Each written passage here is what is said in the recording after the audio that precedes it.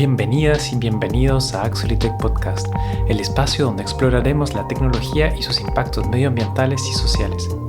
Mi nombre es Ignacio Rondini, y si les interesa la tecnología y quieren saber más sobre sus consecuencias en el mundo, están en el lugar adecuado.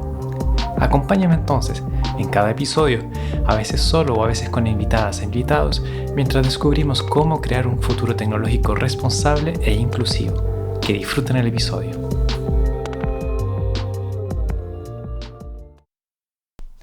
Les doy la bienvenida a quienes nos escuchan hoy. En esta ocasión tenemos la oportunidad de conversar con Patricia Peña, académica e investigadora de la Facultad de Comunicación e Imagen de la Universidad de Chile, presidenta de la Fundación Datos Protegidos y presidenta del capítulo chileno de la Internet Society. Patricia, cuéntanos un poco más de ti y de dónde vienes.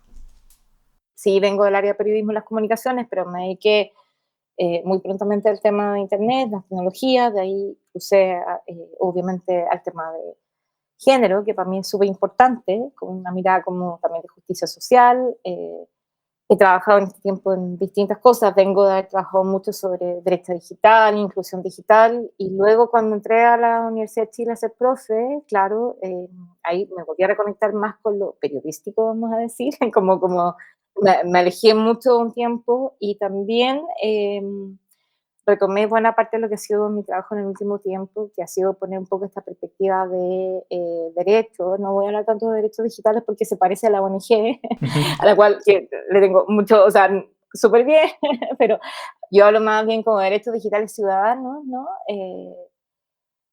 Tanto desde la academia, yo me considero igual como súper una académica activista, porque luego ahí obviamente para mí el tema de género, como toda la mirada feminista de las tecnologías, que después fue evolucionando hasta hoy día llegar a lo que es inteligencia artificial, que es como el tema de punta en el que estamos trabajando. En el camino me convertí en directora de Fundación Datos Protegidos, eso fue también por unas cruces de la vida. Organizamos en el 2016 yo diría que un evento bien como adelantador de temas, junto con la red Labits brasileña sobre estudios de vigilancia y tecnología. Entonces, ese fue mi acercamiento a datos protegidos en el tema como de chuta, cómo incorporábamos, además de todo lo que veníamos conversando en un momento dado, como de la lucha por la inclusión digital. Yo diría que un poco ese es como el quiebre, ¿no? A esta idea de que, chuta, en realidad estábamos habitando un Internet, una tecnología dominada por grandes actores que en realidad eh, hacían vamos a decir, un abusivo uso de nuestros datos, ¿ya? Es que yo creo que marca como un poco el sentimiento que hay hoy día de que esta es una Internet que se nos privatizó, particularmente en América Latina. Y ahí, bueno, ya siguió después el camino después de que nos permitió abrir un poquito, la ventana que nos permitió abrir el proceso constituyente de una manera un poco frustrante. Y hoy día yo estoy trabajando en temas de IA generativa, con una perspectiva de género. Estoy trabajando particularmente en un proyecto de desarrollo de una chatbot, de una agente conversacional para reporte de casos de acoso o violencia digital de género. Y además trabajo, bueno, aparte de mi pega de profe en la universidad, estoy de co-investigadora en un proyecto Fondesit sobre convergencia de las comunicaciones, institucionalidad para la convergencia de las comunicaciones, de los medios, de la convergencia tecnomediática, que es un proyecto que se llama, pues te pongo regulación convergente. Entonces, que un poco recoge la discusión que quisimos instalar durante el proceso constituyente, particularmente en Chile, que era discutir qué institucionalidad, qué regulación necesitamos en el país, porque obviamente tenemos una falencia en general, no solamente en materia legislativa, sino que sobre todo a nivel institucional, ¿sí? O sea, es un poco como en qué estoy, ¿ya? Como de resumido así muy, muy brevemente. ¿Vale? Con esa introducción está súper bien. Para empezar, ¿cómo empezaste a trabajar con el tema sobre los derechos digitales? ¿Qué te interesó? ¿Cómo llegaste como a esa particularidad de la defensa de derechos, pero en el caso digital? ¿Cómo empezó? Sí, qué gran pregunta. Bueno, como te comentaba, sí, creo ser una persona, una profesional, ¿cierto? Que viniendo del área de las comunicaciones, del periodismo, rápidamente, o sea, estudié justo en la época, ¿no? En que Internet ya se masifica, em, hace comienzo de los 2000, y efectivamente en ese momento en nuestros países, en América Latina, la principal preocupación que empieza a emerger es qué significaba Internet en términos, vamos a decir, de oportunidades de avanzar hacia esta idea de sociedades más conectadas, más informadas, incluso más desarrolladas, ¿sí? Como Internet en América Latina, de alguna manera, llega con este discurso que es un atajo hacia esta idea de un desarrollo, ¿sí? Y particularmente creo que un punto central en América Latina fue casi en los primeros años, notar que en realidad Internet iba a ser un elemento que podía generar de nuevo una brecha social muy grande, ¿sí? Recordemos que a comienzos de los 2000 el principal punto es que Internet era carísimo, ¿no? Era una tecnología carísima, que para poder acceder a Internet necesitabas tener además ciertas habilidades, porque necesitabas tener un computador, necesitabas saber cómo usar ese computador, etcétera. Y fíjate que en ese momento, yo creo que estaba un poco como en esa idea de chuta, cómo por un lado ayudar a generar y a poblar Internet como plataforma, como este medio digital que permitía de alguna manera romper otra cuestión importante que tenemos en países latinoamericanos y particularmente en Chile, que es entender que podíamos generar una nueva generación de medios de comunicación, de formas de comunicarnos, distintas a las tradicionales, a las dominantes. Chile tiene uno de los sistemas mediáticos más concentrados en términos de propiedad, entonces Internet se empezaba a ver como un espacio en donde había nuevas oportunidades para habitar, para poblar y para generar nuevos espacios.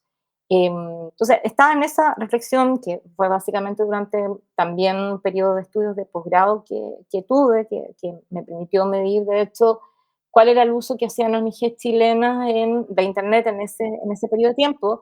Y ahí fue donde empecé a toparme con estos estudios que hablaban sobre la alerta sobre lo que se llamó en ese momento la brecha digital, ¿no? Cómo la brecha digital se ponía ya como la alerta entre aquellos que iban a poder entrar a este mundo más conectado, con todo lo que eso significaba, versus quienes no.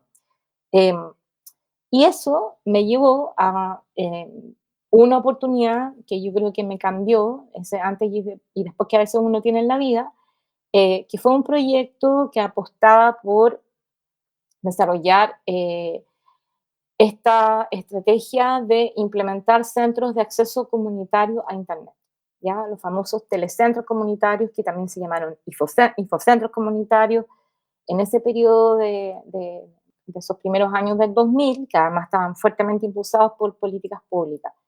Entré a trabajar a un proyecto que en ese momento estaba en Flaxo, Chile, la Facultad Latinoamericana de Ciencias Sociales de Chile, que desarrollaba justamente un programa de implementación y de instalación de telecentros comunitarios en varias ciudades, varios pueblos chilenos.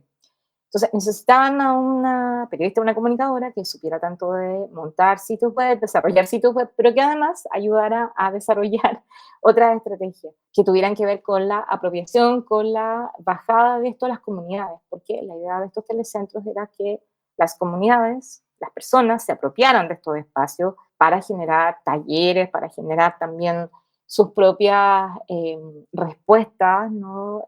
A distintas necesidades de los territorios.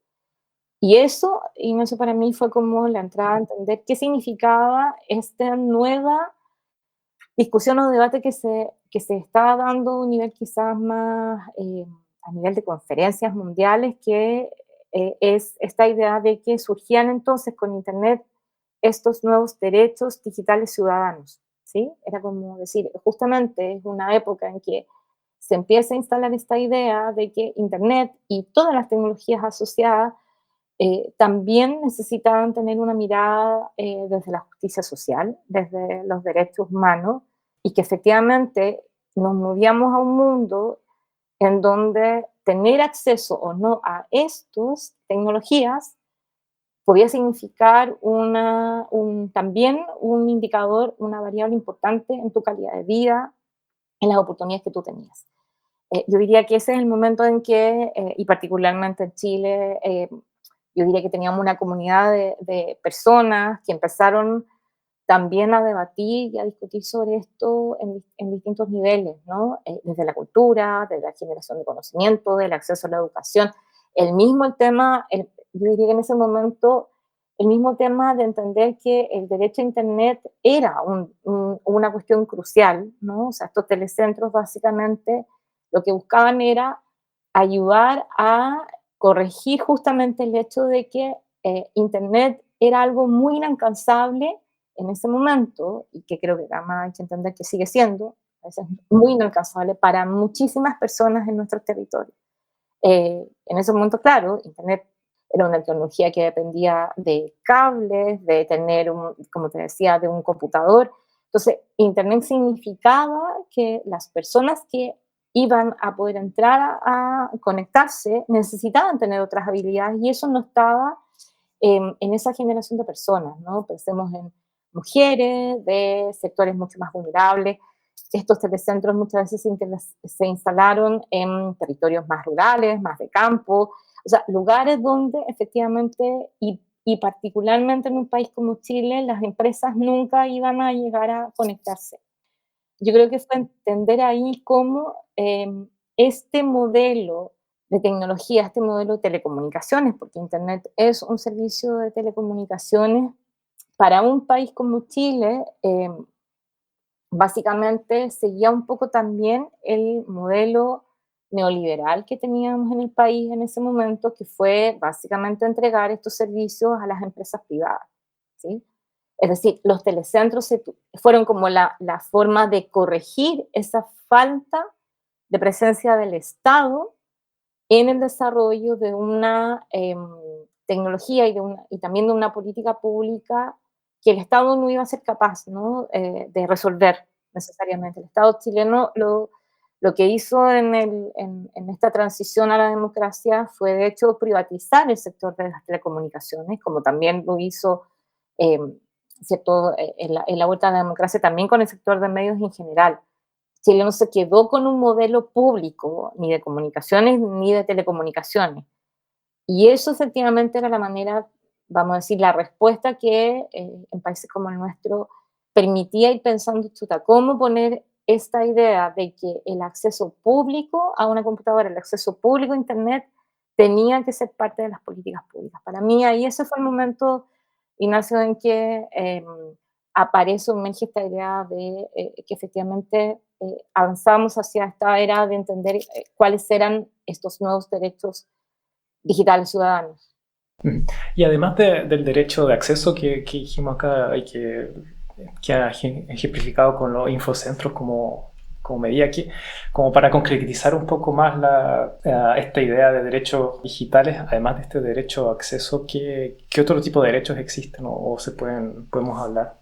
Bueno, eso es otra tremenda pregunta, porque la verdad es que luego de esos, te estoy hablando, ¿cierto?, de los primeros años de la primera década del 2000, donde diría que el debate sobre el derecho a acceso a Internet está presente como en los foros de gobernanza Internet, el foro también latinoamericano de gobernanza Internet, lo que pasó luego de las cumbres de la sociedad de información, ¿no?, que fueron dos cumbres donde efectivamente la premisa o el llamado a poner, particularmente para los países como nuestros, en vías de desarrollo, subdesarrollados, como se le llama hoy día, los países eh, ¿cierto? Del Gran Sur, tenían principalmente esta demanda de garantizar el derecho a la conectividad, el derecho al acceso a estas tecnologías como primera demanda, ¿no? O sea, las cumbres en eso fueron fundamentales para poner esto también en las agendas de los países, las agendas de las políticas públicas.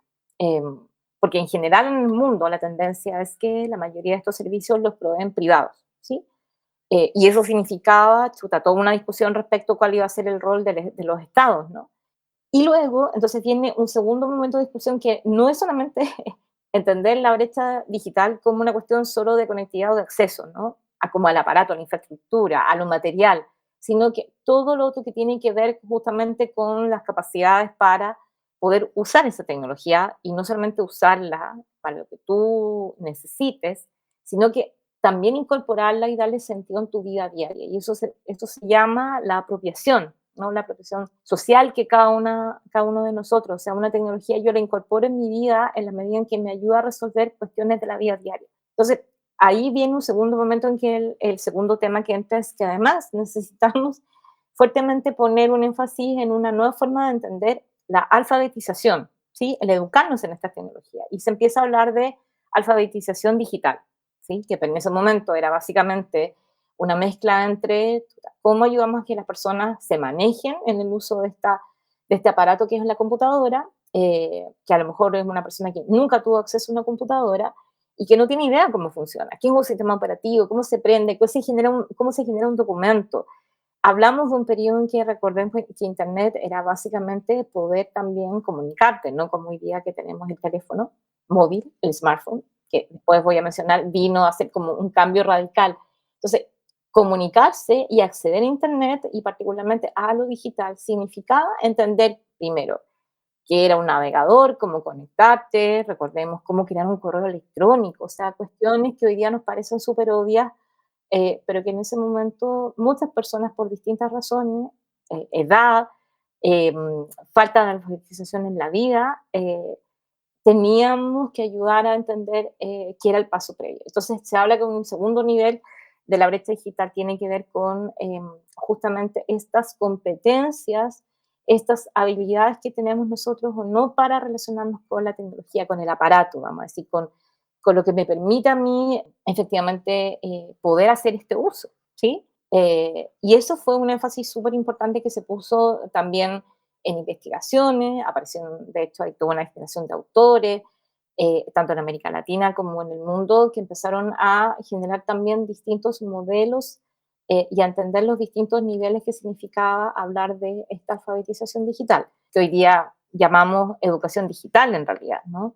Porque tiene que ver, como te decía, con esos distintos niveles. Y luego hay, por supuesto, un tercer nivel que tiene que ver con esto que te mencionaba, que es ya entender la brecha digital no solamente como una nueva brecha, sino que como un reflejo de lo que son las otras brechas sociales, ¿ya?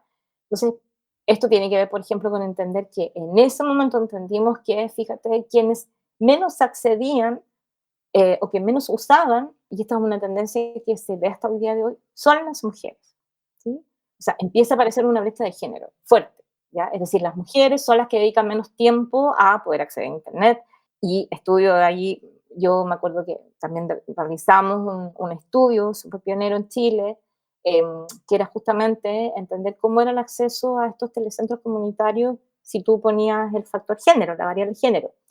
Y en nuestros estudios se repitió lo que ya se sabía de otras realidades latinoamericanas, que era que las mujeres, particularmente mujeres que eran jefas de hogar, madres solteras, jefas de familia, eran las que menos, estamos hablando de 2010, 2011, tampoco hace tanto tiempo, o sea, hace una década, eran las que menos accedían.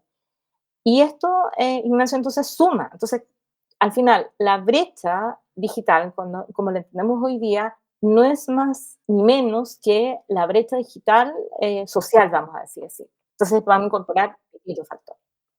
Claro que cuando se habla de la tecnología se suele presentar, sobre todo por quienes desarrollan un poco la tecnología, como si fuese un espacio neutro o como séptico, y que en el fondo, como decías tú, por cómo es construido, por quiénes construye, y sigue siendo en el fondo un reflejo de los problemas que existen en la sociedad. Y bueno, ¿cómo uno puede avanzar, digamos, como a mejorar los derechos digitales o tratar de reducir brechas, siendo que en el fondo los problemas subyacentes como sociales siguen estando ahí? ¿Es posible, como, según tú, mejorar la parte digital, siendo que los problemas, digamos, de la sociedad física siguen existiendo? O idealmente sería, claro, hacer un trabajo en conjunto, digamos, pero ¿es posible? ¿Hay alguna esperanza? ¿O es necesariamente hacer un trabajo, digamos, más global? No sé, ¿qué piensas tú? Mm. La verdad es que es una pregunta también tremenda, Ignacio. Sobre todo en este periodo, hablábamos, a ver, primero tú me decías, se tiende siempre como, sobre todo desde el mundo de la industria y particularmente desde también quienes desarrollan muchas veces estas soluciones, o sea, quienes están, digamos, trabajando al otro lado, cuando hablábamos de las brechas de género, como esta idea de que chuta, Internet es neutro, las tecnologías son neutras, de hecho ahora la inteligencia artificial, que es como la tecnología emergente, es neutra, y yo siempre digo en mis clases, y esto está súper probado, esto no es neutro, como ninguna actividad generada por las personas, los seres humanos. Y ni Internet es neutro, ni la inteligencia artificial es neutra, ni las tecnologías son neutras o neutrales, o de esta idea de concepto de neutralidad, ¿no? Porque claramente están marcadas por quienes se las desarrollan, ¿sí? Y sus sesgos, o el bias, como se dice en inglés, ¿no? Y por sus concepciones respecto de para qué y por qué tú estás desarrollando y estás finalmente generando estas soluciones tecnológicas. Entonces, cuando yo te mencionaba el tema de la brecha de género, quizás eso me permita explayar un poquitito más porque efectivamente, ¿cierto? Cuando tú dices, pero si Internet está ahí, ¿no? Cualquiera lo puede usar, pero es que justamente no es que cualquiera lo pueda usar, ¿sí? Incluso durante la pandemia yo diría que tuvimos el mejor ejemplo porque veníamos de un periodo en que Internet, particularmente en países como Chile, dejó de ser un tema de política pública porque, yo te mencionaba, apareció el smartphone, el teléfono móvil inteligente, que prácticamente hoy día es una computadora, y todo el mundo efectivamente pudo tener, en la medida en que podía pagar, acceso a conectarse y acceso a servicios que aparecen quizás, y esto es súper importante, Ignacio, para tu pregunta, esta como nueva generación de Internet del que estamos hoy día, que es básicamente la Internet de las plataformas, ¿sí? O sea, a comienzos de los 2000, todavía Internet estaba poblada por una cantidad de proyectos que veían que efectivamente Internet sí tenía un rubro comercial, pero también había muchos proyectos de Internet que de alguna manera garantizaban esta idea de Internet como un espacio comunitario global, ¿sí? Como un espacio de acceso a conocimiento, de acceso a información que era increíble, ¿sí? O sea, en realidad para mí sigue siendo Internet una tecnología, vamos a decir, súper disruptiva y quizás uno de los inventos más importantes que hemos tenido en el siglo, ¿sí? En el siglo pasado y en este, porque efectivamente permite a la humanidad tener un repositorio gigante de posibilidades. Y ahí quiero mencionar, por ejemplo, cuando hablo de proyectos colaborativos, la Wikipedia. La misma Wikipedia que ha sobrevivido casi veintitantos años, ¿no? Esta idea como súper disruptiva de hecho, de cómo creamos entre todos una enciclopedia, una fuente de consulta permanente respecto de muchos temas. Y recordemos que cuando Jimmy Wales lanza Wikipedia fue súper denostado, mucha crítica, que cómo era posible que cualquier persona pudiera crear. Y fíjate, incluso desde el mundo de la universidad, desde el mundo de educación formal, se hicieron un montón de críticas y Wikipedia ha sobrevivido con un modelo, con una gestión súper importante que justamente ha permitido mantener esta idea de un repositorio global de memoria colectiva mundial, ¿sí? Hoy en día en Wikipedia, gracias a que existe Wikipedia, sabemos, tenemos una cantidad de artículos, tenemos una cantidad de datos, imágenes que las personas vamos cediendo desde el mundo para que estén ahí de libre acceso, de libre uso. Voy a poner un ejemplo súper reciente que nos está pasando acá en América Latina. En Argentina se acaba de cerrar el servicio de agencia de noticias estatal que tenía Argentina, la TELAM, y resulta que el día de ayer aparece bajado el sitio web de la agencia TELAM que tenía una cantidad, imagínate, miles de noticias que están reporteadas por fotoreporteros, por periodistas, etcétera, que estaban a disposición de medios, y aparece el sitio dado de baja. Y aparte de eso, por supuesto, el edificio está vallado hoy día, y gracias a un trabajo de mucha gente que rápidamente fue alertada de esto, se pudo hacer un respaldo espejo de ese sitio web, de todo lo que había almacenado ahí, incluyendo la Wikipedia Argentina, ¿sí? Porque tenía acceso a cantidad de repositorios de fotos, de artículos, etcétera. Entonces, ¿qué es lo que ocurre en este segundo periodo? Que yo diría que cuando emergen sobre todo las plataformas más comerciales, y ahí tenemos también la aparición de esto que creo que marca el antes y el después, que es entender que muchos de los servicios a los que nosotros accedíamos, como fueron principalmente las plataformas de redes sociales como Facebook o YouTube o el mismo buscador de Google, ya no se limitaban a eso, sino que básicamente empezaron a mostrar su poder como grandes empresas tecnológicas que habían estado, de alguna manera, monitoreando el uso que quienes habíamos estado desde el comienzo en Internet, básicamente nuestra huella digital, les permitieron mejorar muchísimo su modelo de negocio, ¿ya? Claro, cuando tú decías, cuando apareció Facebook, cuando aparecieron las primeras redes sociales, el mismo YouTube, los blogs, ¿cierto? Que fueron una herramienta además súper importante para que muchas personas en el mundo empezaran a ejercer un rol como de contar sus historias, de contar en el día a día qué es lo que estaba pasando. Gracias a eso tuvimos lo de la primavera árabe, supimos de golpes de Estado. China pudo bloquear, pudo de alguna manera, ¿cierto?, hacer un atajo a los bloqueos informativos estatales para el caso del terremoto que tuvieron, etcétera. O sea, fuimos acumulando de alguna manera en esta historia, de nuevo ese potente ejercicio que hizo una parte de las personas que estaban súper conectadas versus de lo que pasaba en nuestros países que seguía peleando con el problema de la conectividad. Y creo que ahí para América Latina hay un cambio importante cuando se masifica el uso del teléfono móvil y se masifica, por supuesto, a partir de eso, el uso de las redes sociales, ¿ya? Tenemos que entender que ese es un modelo que viene preconcebido también, ¿sí? Es decir, cuando hoy día tú estás acá en América Latina, lo que te dicen las empresas es, usted puede acceder gratis, navegue gratis, libre, sin minutos, yo no le voy a descontar de su plan, si usted navega por estas redes sociales, si usted usa estos servicios. Si usted usa más servicios, claro, yo le voy a descontar, obviamente, el plan de datos. Y eso quedó en evidencia en la pandemia. ¿Qué pasó en la pandemia en América Latina? Que efectivamente muchas personas quedaban absolutamente desconectadas porque eran casas, familia, ¿cierto? Todos en cuarentena, todos con previsión de poder salir, de poder movernos. Por supuesto que en América Latina, en Chile en particular, tuvimos uno de los periodos más largos de mantenernos en nuestras casas. Niñas y niños, por supuesto, que no estaban en sus escuelas. Entonces, todo eso lo empezamos a ver en los primeros días de la pandemia. Sí, cómo niñas y niños tenían que subirse arriba del techo de las casas para conseguir una señal de conexión. Cómo mamás y papás tuvieron, o quien sea el adulto a cargo responsable, tuvieron que aprender a usar, no sé, desde esto mismo, estas plataformas donde estamos conectados hoy día, para ir a una reunión de apoderados, para teletrabajar, ¿sí? Entonces, cuando hablamos de esta idea de la neutralidad, significa que estábamos en un momento en que nadie pensaba, ¿cierto?, en estos otros, en estas otras, respecto a este uso total. ¿Qué tengo que mejorar yo en el diseño entonces de esa tecnología para que realmente cualquier persona pueda usarla? ¿O está pensada para un cierto tipo de persona? Por ejemplo, Meet, Zoom, que fueron plataformas, no estaban pensadas para dar clases, no eran plataformas que estuvieran pensadas para sustituir el hecho de dar una clase online.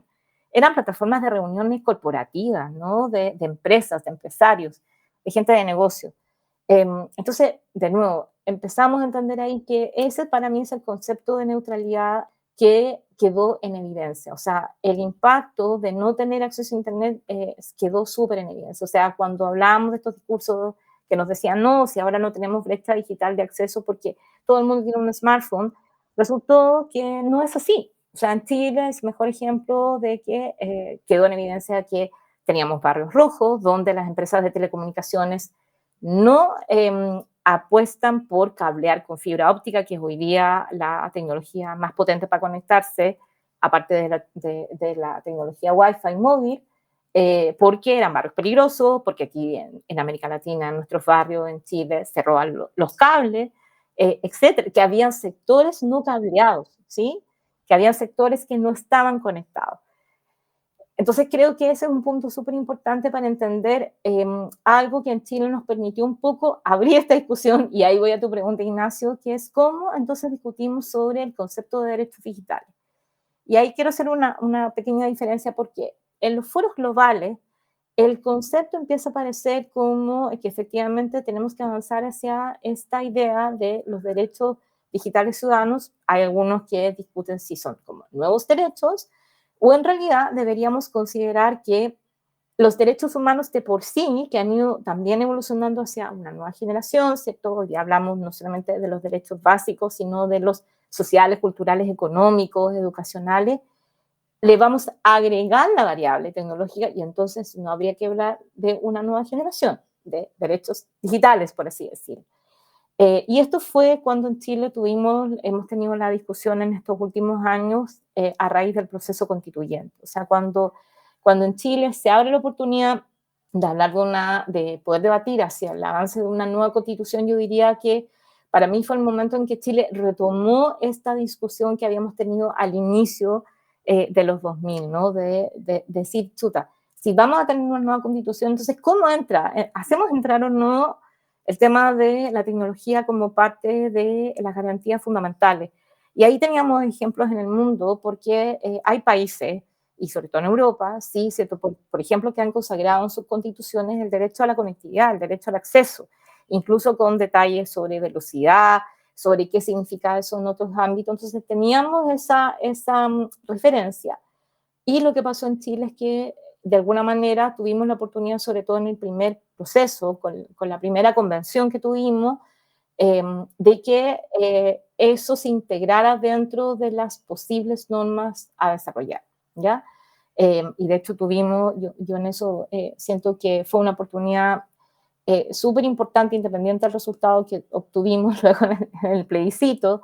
A mí me correspondió junto con otro grupo de personas justamente ir a plantear la idea de que pudiéramos plantear una serie de propuestas de artículos de normas que se relacionaron con esta idea de estos derechos digitales ciudadanos, desde el acceso hasta poder hablar, por ejemplo, de la necesidad de que se garantizara la educación digital, incluso alcanzamos a hablar de neutralidad en la red, incluso también alcanzamos a discutir un artículo de cómo incorporar esta idea de vivir en ambientes o en espacios libres de violencia, también incluyendo la violencia digital, que hoy día es un tema para todas las sociedades, el tema de los acosos, el tema de la violencia digital de género. Eh, y fue, yo creo que un periodo en que por lo menos a mí me pareció, y lo quiero poner en una mirada optimista, súper importante porque en Chile habíamos dejado de tener estas discusiones. Y además es súper importante que esto se abrió a nuevos actores, quiero decir, a nuevas agrupaciones, a nuevos colectivos que hasta ahí no habían entrado en estos debates. Hoy día un poco yo creo que esta discusión está viniendo muy ligada, Ignacio, a lo que está haciendo la aparición de la inteligencia artificial generativa, ¿no?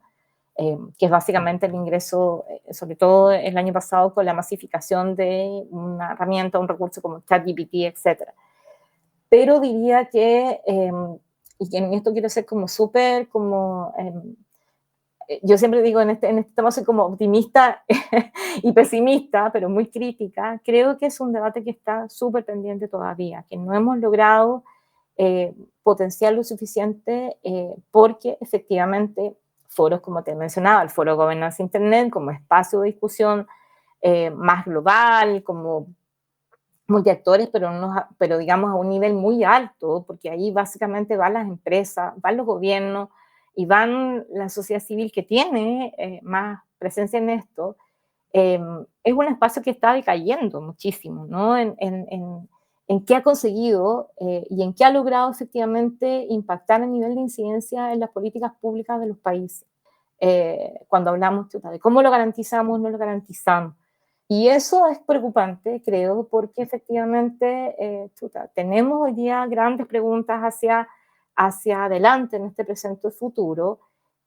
Y más bien creo que lo interesante ha sido que este tema de a poco ha ido permeando en el público más general, quiero decir, en las personas más generales. O sea, hoy día es más fácil que alguien me entienda cuando hablo, por ejemplo, de la importancia de la protección de la privacidad digital, ¿no? De la protección de los datos personales, ¿ya? Cuando entendemos, cuando te decía que hoy día habitamos e interactuamos con una Internet que está privatizada y está privatizada en manos de súper poquitas empresas que tienen esos datos históricamente de cómo nosotros hemos navegado, cómo nosotros estamos usando diariamente esa tecnología.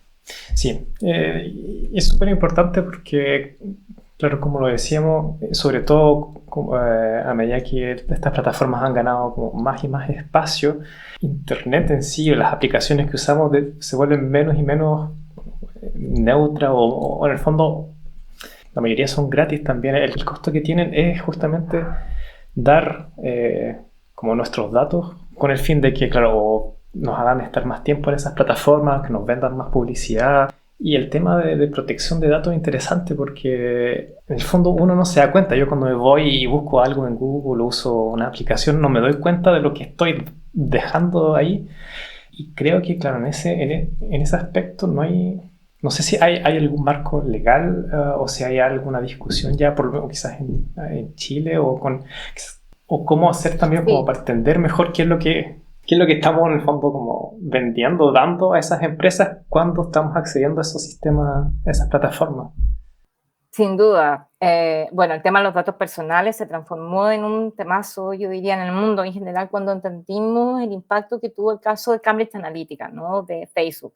Básicamente yo diría que ese es como el hecho, una anécdota, la contingencia que permitió entender cuál era el modelo justamente de negocios de estas plataformas, de estos servicios, que, claro, para una persona común y corriente es genial. Imagínate tener acceso gratuito a una plataforma que te permite no solamente conectarte con más personas, sino además acceder a una cantidad hoy día de servicios. Y efectivamente, ese diría yo que cuando aparece Cambridge Analytica, es la oportunidad de empezar de alguna manera a visibilizar a más cantidad de personas esta idea que se venía discutiendo de, claro, son plataformas, estos son servicios que tienen un modelo de diseño detrás, vamos a decir, como en la cajita negra, que para que funcionen necesitan un desarrollo, una programación, un diseño que efectivamente necesita muchos datos respecto de cómo tú estás navegando, ¿cierto? O sea, la huella digital, a qué tú le das clic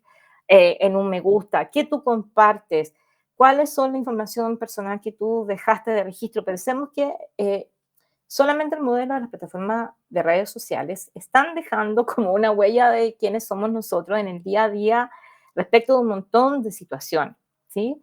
Y eso también psicológicamente, socialmente tiene un montón de explicaciones. Es un periodo de la humanidad en que prácticamente todas y todos hacemos uso de esta capacidad súper expresiva. O sea, necesitamos esta idea permanente de estar compartiendo qué es lo que estamos haciendo, dónde estamos, qué nos gusta, qué no nos gusta, desde, puta, me estoy tomando un café con un amigo en la cafetería de mi barrio, fui de vacaciones, hasta cuáles son mis gustos políticos, eh, cuál es mi estatus en la vida, en fin.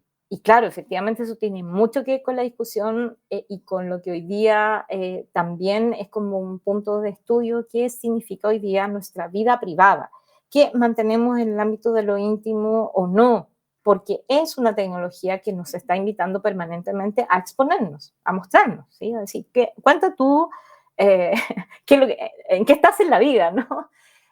Y eso es súper interesante como fenómeno social y psicológico. Pero tiene esta otra mirada, que es decir, cada vez que tú estás haciendo eso, estas empresas en realidad no han sido concretas ni transparentes. Yo diría que es el concepto hoy día fundamental en decirte cómo están usando esa información respecto de ti. Entonces, Cambridge Analytica quedó demostrado que era un sistema que efectivamente, usando esta información a partir de una, digamos, Cambridge Analytica es esto, se instaló un programa que era un juego que básicamente capturó, vamos a decir, bajó información de quién eran los usuarios de Facebook en distintos lugares del mundo para hacer un perfilamiento respecto de ti como persona, pero sobre todo como persona posible votante. Y eso sucede en una campaña de marketing político que tuvo su salida en distintos países, ¿no?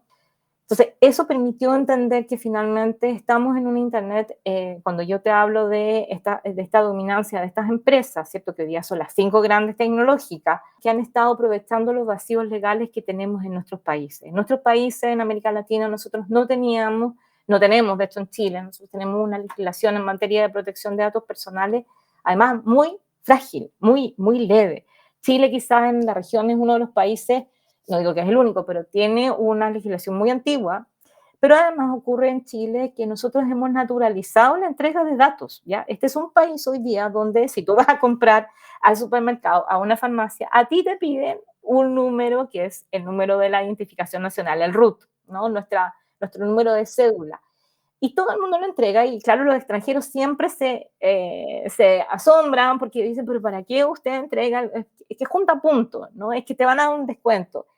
Resulta que con eso hemos naturalizado muchísimo la entrega de un dato que de hecho en otros países en Europa no existe. En Inglaterra no hay un carnet de identidad, no hay un número, pesan otros números en tu vida, otras formas de identificarte. Entonces, también suma a esto, ¿no? Entonces, claro, el concepto de privacidad, el concepto de datos personales hoy día, Ignacio, cambió totalmente, ¿sí? Y está cambiando poderosamente. Hoy día ya no es el dato personal solamente, o lo privado no solamente donde tú vives, tu número telefónico, tu número de seguro social, tu número de identificación, es también tu huella digital, es a qué tú le diste me gusta, es por quién tú dijiste que ibas a votar o no, es qué zapatilla consumes y qué partido político o qué adquisición social, ¿no? Política o ideológica tú tienes, es todo, ¿sí? En la medida en que cada vez nuestra vida pasa más mediada por estas tecnologías, por el uso de estas tecnologías, más exponemos, ¿no? Un ejemplo súper concreto, estos relojes inteligentes. O sea, cada vez que tenemos en nuestra vida un aparato que está conectado, por ejemplo, los relojes inteligentes hoy día, ¿cierto? Que se usan básicamente no solamente para recordarte tu agenda o hacer llamadas, es también que te miden el pulso de tu corazón, el consumo de tus calorías, cuántos kilómetros recorriste. Todo eso es información que se va a acumular en algún servidor, en algún data center de estas empresas, en algún lugar del mundo, que va a generar un perfil más respecto de nosotros. En todo lo que está viniendo con uso de software basado en inteligencia artificial, es entender que además nosotros vivimos en países y en ciudades donde hay cámaras de vigilancia que están todo el rato poniendo su foco en cómo nosotros nos movemos y esas cámaras tienen software de reconocimiento biométrico. Entonces, por ejemplo, el dato personal hoy día también es la foto de mi cara, ¿sí? Es decir, cómo es mi rostro, cómo es mi forma, ¿no? De mi cuerpo, etcétera. Y eso también se está transformando en un tremendo dato personal hoy día, con lo que efectivamente sí hay políticas de seguridad ciudadana en las calles, ¿no? Para identificar delincuentes, delitos, etcétera, pero tiene todas estas consecuencias. Entonces, todo esto hoy día está tensionando el ámbito de los derechos humanos, ¿sí? Es decir, empieza a emerger entonces esta idea de que estamos transitando, estamos viendo ya en una nueva manera de entender nuestra privacidad, en una nueva manera de entender nuestros datos personales y en entender cómo esto eventualmente es o no una cuestión de ejercicio de derechos humanos o es una cuestión de ejercicio de justicia social, pero de una manera que hoy día digamos, el gran punto crítico, el gran reclamo que se hace es que se ha hecho sin nuestro consentimiento. Entonces, claro, ahí vemos que efectivamente América Latina en general tiene un rezago tremendo respecto de Europa. Europa fue capaz de asumir esta discusión y lo está de alguna manera haciendo como una referencia gracias a lo que fue el GDPR, ¿no? El Reglamento General Europeo sobre Protección de Datos Personales. Entonces, ¿qué pasa hoy día?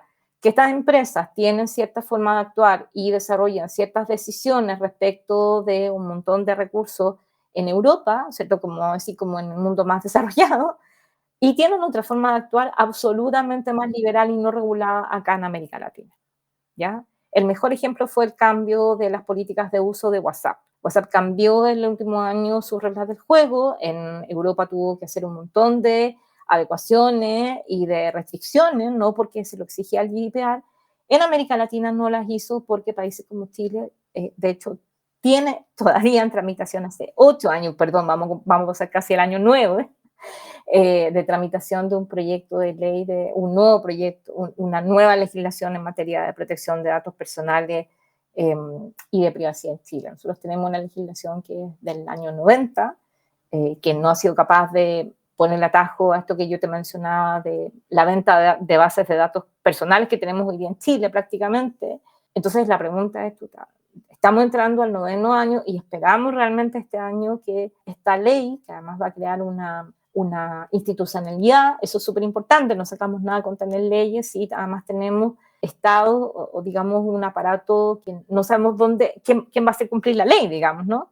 Entonces, en el caso chileno, esta nueva legislación que podríamos tener pronto crea por fin en Chile una Agencia Nacional de Protección de Datos Personales, ¿ya? Y hay mucha expectativa respecto de aquello. Además de eso, que bueno, sería para el futuro, desde, por ejemplo, estos últimos 10 años o que han pasado, ¿cuál crees que ha sido quizás el avance mayor en términos de derechos digitales, ya sea quizás en este caso no legislativo, pero o sino en parte de iniciativa o de acciones? No sé si tienes alguna idea.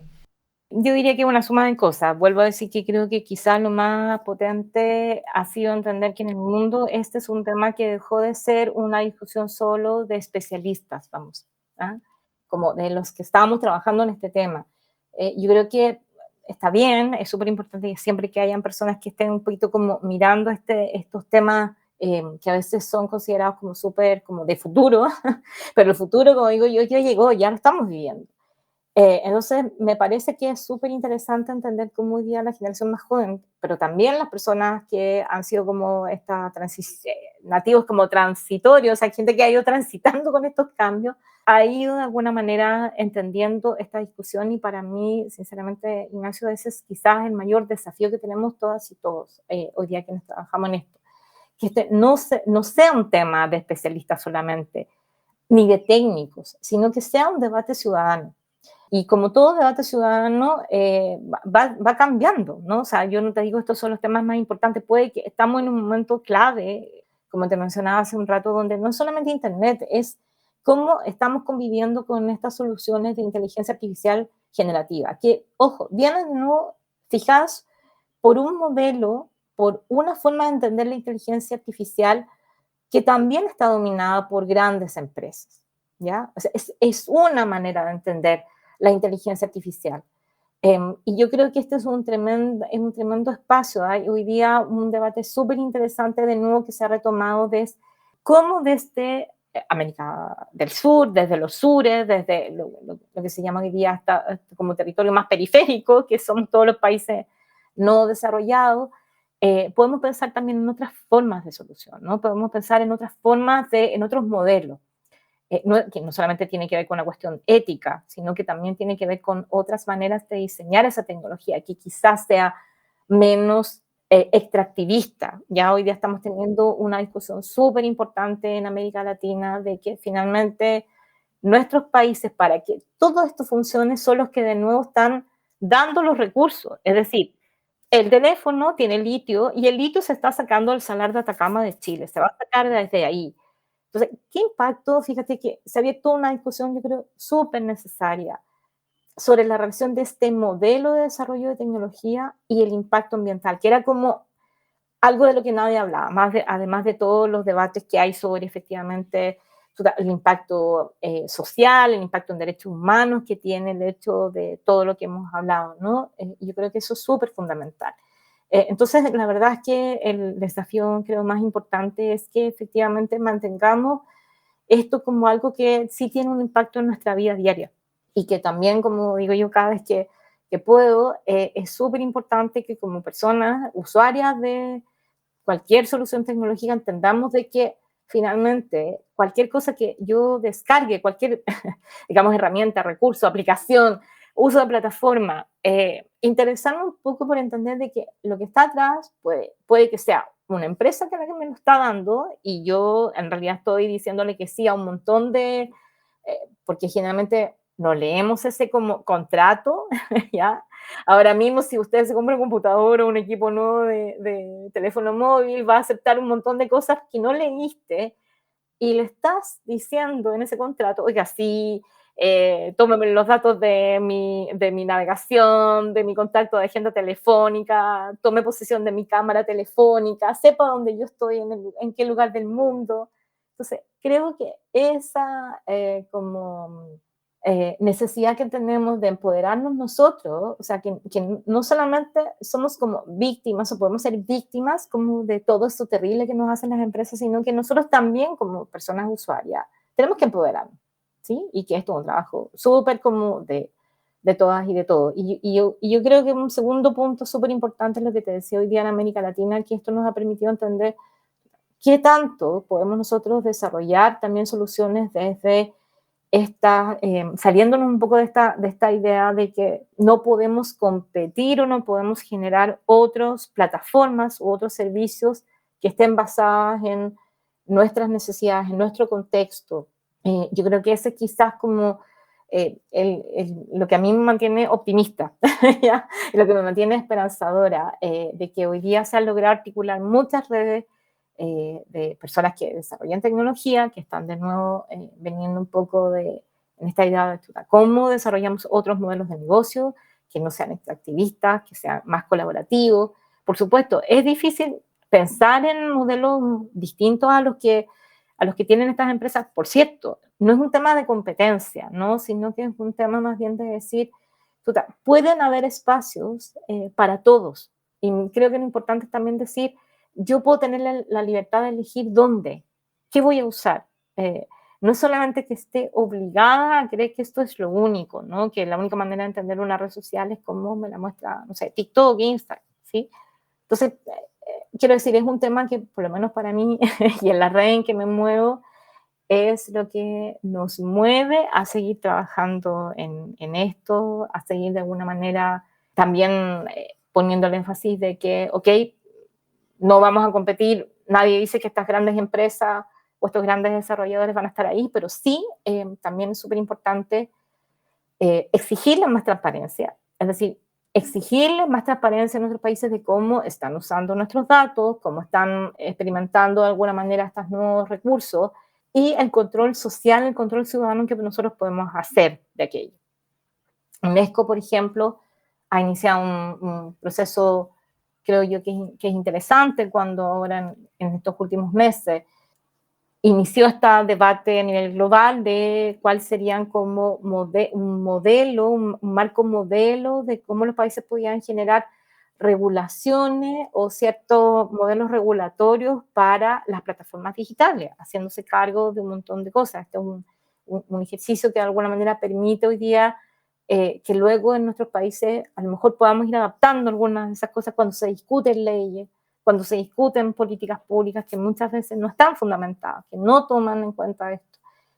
Hoy día, por ejemplo, en violencia digital de género también hay una discusión súper importante que está promovida por los mecanismos de Belén do Pará, donde las feministas, ¿cierto?, han hecho también una entrada súper importante para decir, bueno, a lo mejor lo que tenemos que hacer es tener un modelo de cómo mejoramos legislaciones que no tenemos en nuestros países que sancionan las violencias digitales, de género particularmente.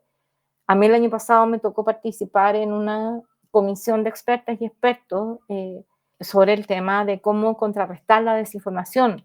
La desinformación en materia o mediada por plataformas digitales hoy día es quizás la gran pesadilla en materia periodística. Estamos viviendo un mundo, sociedades donde aparte de la sobrecarga de información hay mucha desinformación. Entonces, la desinformación o misinformation, como se dice en inglés, no ocurre de la misma manera en Europa, en Estados Unidos que en Chile, ¿sí? Entonces, esa comisión nos permitió abrir un debate, y fue muy interesante además, de las reacciones, pero también decir, ¿qué necesitamos? ¿Necesitamos una ley que regule la desinformación? No, porque no podemos decir que es veraz o que es verdad o no por ley, ¿cierto? Entonces, ¿cuáles son los límites? ¿Cuáles son efectivamente más bien las responsabilidades que hay al otro lado? ¿Cuáles son los otros mecanismos que tenemos para efectivamente entender que esto no solamente se regula o se ve a través de una ley, ¿no? Hay otros mecanismos, ¿cierto? Tenemos que invertir en educación digital, tenemos que invertir o tenemos que potenciar que haya un sistema de medios mucho más diverso.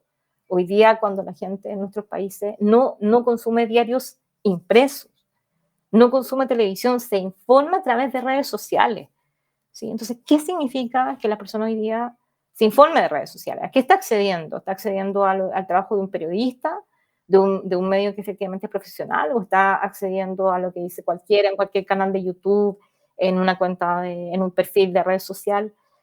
Son tremendas preguntas que por lo menos creo que es importante tenerlas hoy día en cuenta y nadie creo que hoy día tiene como demasiadas respuestas concretas, pero sí para mí es súper importante que tú como persona lo tengas presente en entender cómo estamos justamente viviendo en esta sociedad mediada hoy día por cantidad de plataformas, por cantidad de tecnología presente en nuestra vida diaria.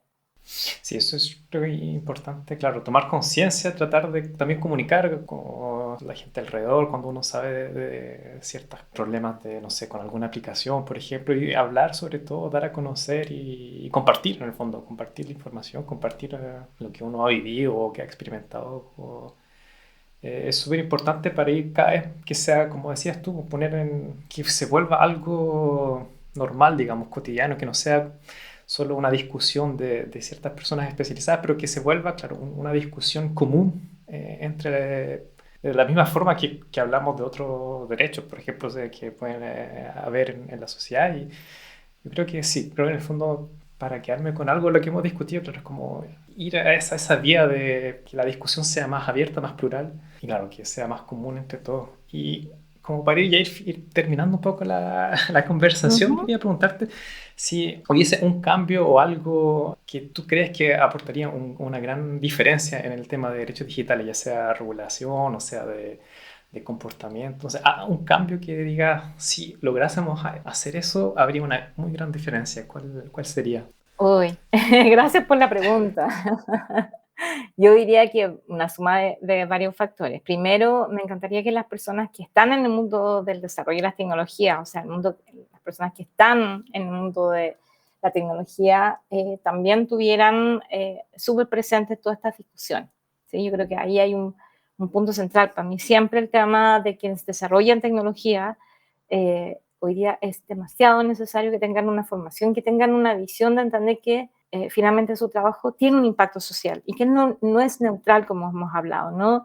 Porque finalmente ahí hay un tremendo poder que es finalmente quienes son los que diseñan esta solución. Entonces, siempre he creído que, que la industria, o ya sea, entendía como la gran industria, pero también una cantidad de empresas que hoy día están apostando por desarrollar otro tipo de tecnología, tuvieran en cuenta no solamente porque la regulación te obliga, sino que además se lo entiendan como parte de su cultura, ¿no? De su forma de desarrollar tecnología, que esto es súper importante para entender que hay otras formas de desarrollar y diseñar tecnología, que no todo tiene que ser extractivista, que no todo tiene que ser efectivamente guiado por esta idea de un afán voraz de alimentarse a partir de los datos de las personas que están usando tu software, tu plataforma, tus aplicaciones, etcétera, sino que efectivamente pongan en práctica esta premisa que hay en el mundo de desarrollo y de diseño tecnológico, que es entender que sus soluciones van a tener impacto en personas, ¿sí? En personas que pueden ser tu familia. Entonces también eso es un llamado como a entender que ojalá sea una industria cada vez más diversa, ¿sí? Es decir, que no solamente esté poblada por esta idea de un hombre blanco, perdón, que fue educado, que fue muy bien educado en las universidades del mundo, sino que hay otras formas de también tener otros modelos de emprendimiento tecnológico.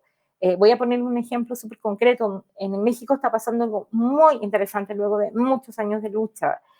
Rizomática, una ONG que impulsó en México el desarrollo finalmente de un sistema, hoy día es una pequeña cooperativa, ya es casi como un microemprendimiento de una empresa tecnológica comunitaria indígena, ¿ya? Es decir, México ha sido capaz de, y eso está, digamos, facilitado por política pública, por legislación, etcétera, pero además porque hubo ahí el trabajo de poder empoderar a un grupo de personas que ya puede generar un modelo de telefonía, de telecomunicaciones distinto, ya que no es la gran telefónica, etcétera, sino que está vocal al territorio. Y pasa lo mismo en África, etcétera. Entonces creo que ahí hay un punto que creo que es clave, o sea, sin ese apoyo de quienes desarrollan tecnología, no vamos a poder hacer ese cambio.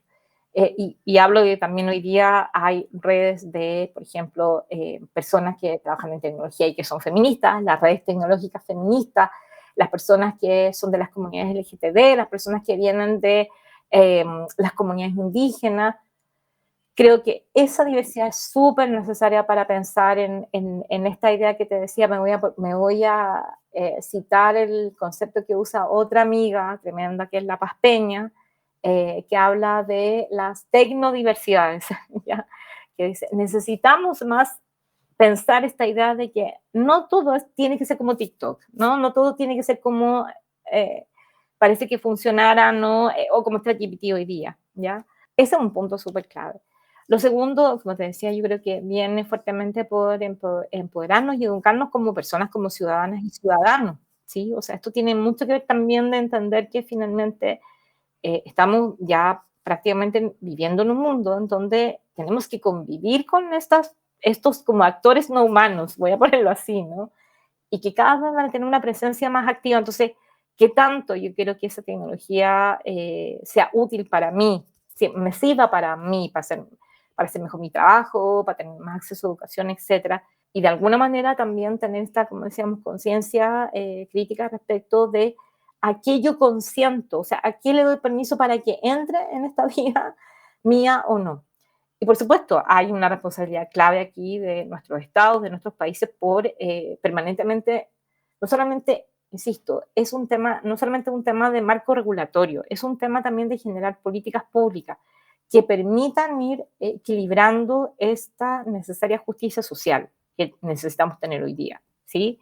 Porque de lo contrario, efectivamente, estas brechas que hablábamos al inicio se van a ir incrementando, ¿no? Lo que hoy día un poco pasa, Ignacio, es esto de que se está cumpliendo un poco la advertencia que hicieron muchos al inicio, que estamos teniendo una sociedad en que es como inforricos, infopobres, ¿no? Como tecnorricos, tecnopobres, ¿no? Es como, si tú quieres mejores cosas, paga. Si tú quieres como el promedio, es gratis. Y eso lo estamos viendo todos los días acá en América Latina ahora cuando vemos que, yo te decía, hay un bajo consumo de televisión, la televisión por cable, por ejemplo, está desapareciendo como negocio porque hoy día entramos a plataformas de streaming, ¿sí?